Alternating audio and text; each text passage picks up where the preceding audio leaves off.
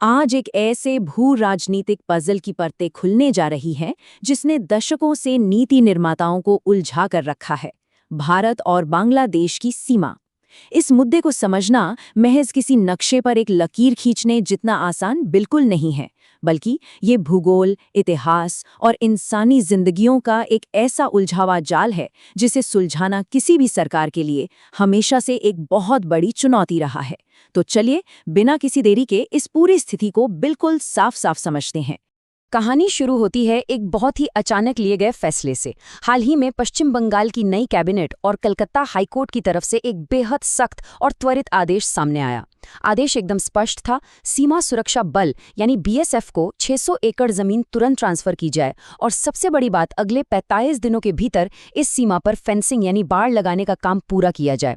जाहिर है, ये कोई सामान्य बात नहीं है। दशकों से जो काम लटका आ रहा था, उसे अचानक इतनी तेजी से पूरा करने का ये अल्टीमेटम आखिर क्यों दिया गया? यहाँ सबसे अहम बात यह है कि जिस सीमा को महज 45 दिनों में सुरक्षित करने की बात हो रही है, उसका पैमाना कितना विशाल है। 4096 किलोमीटर। जी हाँ, दुनिया की सबसे लंबी भू सीमाओं में से एक। और यह कोई सीधी रेखा नहीं है, बल्कि एक ऐसी घुमावदार और जटिल सीमा है जिसे पूरी तरह से बंद करना अपने आप में एक स्मारकीय कार्य है।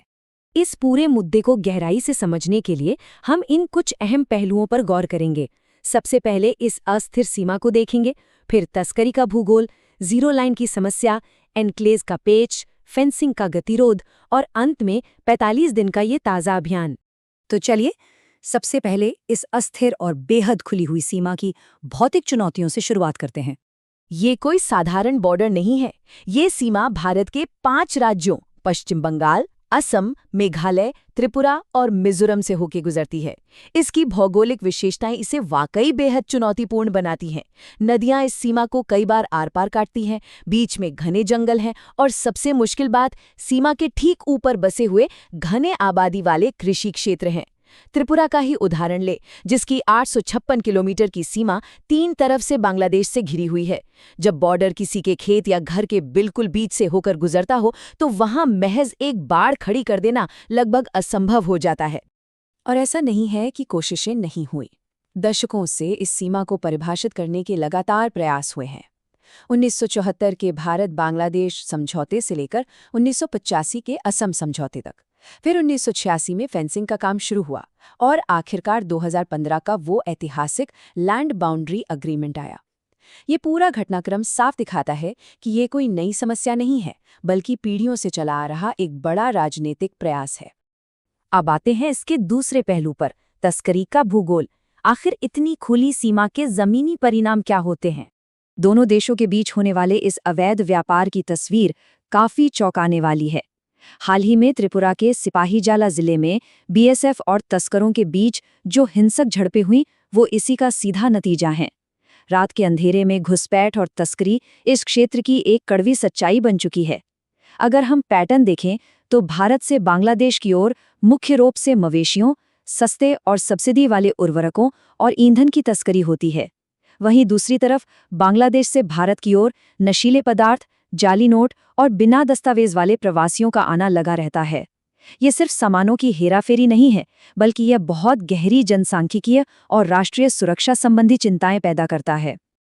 अब एक लाजिमी सा सवाल उठता है, अगर ये इतनी ही बड़ी समस्या है, तो बस सीमा पर एक पक्की दीवार क्यों नहीं खड़ी कर दी जाती? यहीं आती है जीरो लाइन की समस्या। दरअसल यहाँ अंतर्राष्ट्रीय नियमों की एक बहुत बड़ी कानूनी बाधा सामने आ जाती है। नियम ये कहते हैं कि जो वास्तविक सीमा रेखा है, यानी जीरो लाइन, उसके 150 गज के दायरे में कोई भी डिफेंस स्ट्रक्चर या फेंसिंग नहीं बनाई जा सकती। इसका सीधा सा मतलब ये है कि जो बाड़ लगाई जाती है, वो असल सीमा पर नहीं, बल्कि भारत के अंदर भारतीय क्षेत्र में काफी गहराई में जाके लगानी पड़ती है। और सच कहें तो इस 150 गज के नियम की बहुत भारी मानवीय कीमत चुकानी पड़ रही है। इसके कारण लगभग 149 भारतीय गांवों और करीब 1 लाख नागरिक तकनीकी रूप से तो भारत में ही हैं, लेकिन वो सुरक्षा बाड़ के बाहर फंस जाते हैं। जरा सोचिए, बाड़ किसी ग्रामीण के घर के पीछे से गुजर रही है और उसका खेत बाड़ के उस पार रह गया है। एक पूरा का पूरा समुदाय 2 हिस्सों में बंट जाता है। ये राष्ट्रीय सुरक्षा और आम मानवाधिकारों के बीच का एक बेहद नाजुक संघर्ष है। जीरो लाइन की इस उलझन के अलावा एक और ऐतिहासिक विसंगति थी जिसने लंबे समय तक इस क्षेत्र को परेशान किया। आइए एन्क्लेव्स के पेच को समझते हैं। इन्हें एन्क्लेव या छिट महल कहा जाता है। ये किसी देश की जमीन के वो छोटे टुकड़े होते हैं जो पूरी तरह से दूसरे देश की सीमाओं के अंदर घिरे होते हैं। यहाँ की स्थानीय लोक कथाएं बड़ी ही दिलचस्प हैं। बताया जाता है कि कूच बिहार के महाराजा और रंगपुर के नवाब के बीच शतरंज के खेल में इन गांवों को दांव पर लगाया गया था।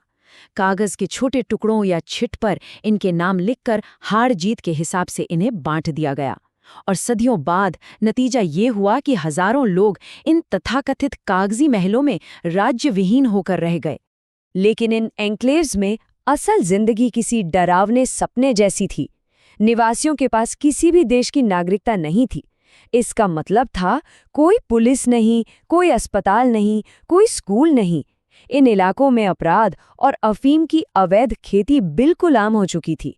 यहाँ तक कि गर्भवती महिलाओं को इलाज के लिए सीमा पार करने के वास्ते फर्जी पहचान बनानी पड़ती थी। आखिरकार 2015 में दोनों देशों ने इन एन्क्लेव्स की अदला बदली की, जो इस सीमा को सुलझाने की दिशा में एक बहुत बड़ा और सकारात्मक कदम साबित हुआ। तो ऐतिहासिक पहेलियां तो काफी हद तक सुलझ गईं, लेकिन हाल के वर्षों में पश्चिम बंगाल में एक नया और आधुनिक राजनीतिक गतिरोध सामने आ खड़ा हुआ। यहाँ हमें दो बिल्कुल अलग नज़रिए देखने को मिलते हैं। एक तरफ केंद्र सरकार है जिसका पूरा फोकस राष्ट्रीय सुरक्षा, घुसपैठ को रोकने और जनसांख्यिकीय बदलावों से बचाव पर केंद्रित है। वहीं दूसरी तरफ राज्य सरकार की अपनी चिंताएं रही हैं। उनका तर्क था कि फेंसिंग से स्थानीय लोगों की आजीविका छीन जाएगी, किसानों का अपने ही खेतों तक पहुंचना मुश्किल हो जाएगा और इससे सांप्रदायिक ध्रुवीकरण भी बढ़ सकता है। ये दोनों ही पक्ष अपनी अपनी जगह प्राथमिकताओं के आधार पर मुद्दे को देख रहे थे, जिसकी वजह से जमीन का अधिग्रहण एक भारी विवाद का विषय बन गया था। राज्य स्तर के इस दृष्टिकोण को इस एक बात से बहुत अच्छे से समझा जा सकता है। यदि बहुत अधिक बाढ़ लगाई जाती है तो ग्रामीणों को नुकसान होगा और सीमावर्ती निवासी अपनी कृषि खो देंगे। ये तर्क साफ तौर पर ये दर्शाता है कि किस प्रकार भारी सैन्यकरण और फेंसिंग स्थानीय किसानी समुदायों के रोजमर्रा के जीवन को सीधे तौर पर प्रभावित करती है। और अब इसी गतिरोध के बीच हम वापस आते हैं उस 45 दिन के अभियान पर जहां से हमने शुरुआत की थी। तो आखिर राज्य सरकार लाल फीताशाही और इन पुराने गतिरोधों को कैसे बाईपास कर रही है? इसका जवाब है डायरेक्ट लैंड परचेज पॉलिसी, यानी सीधे जमीन खरीदने की नीति। ये प्रक्रिया बेहद तेज है।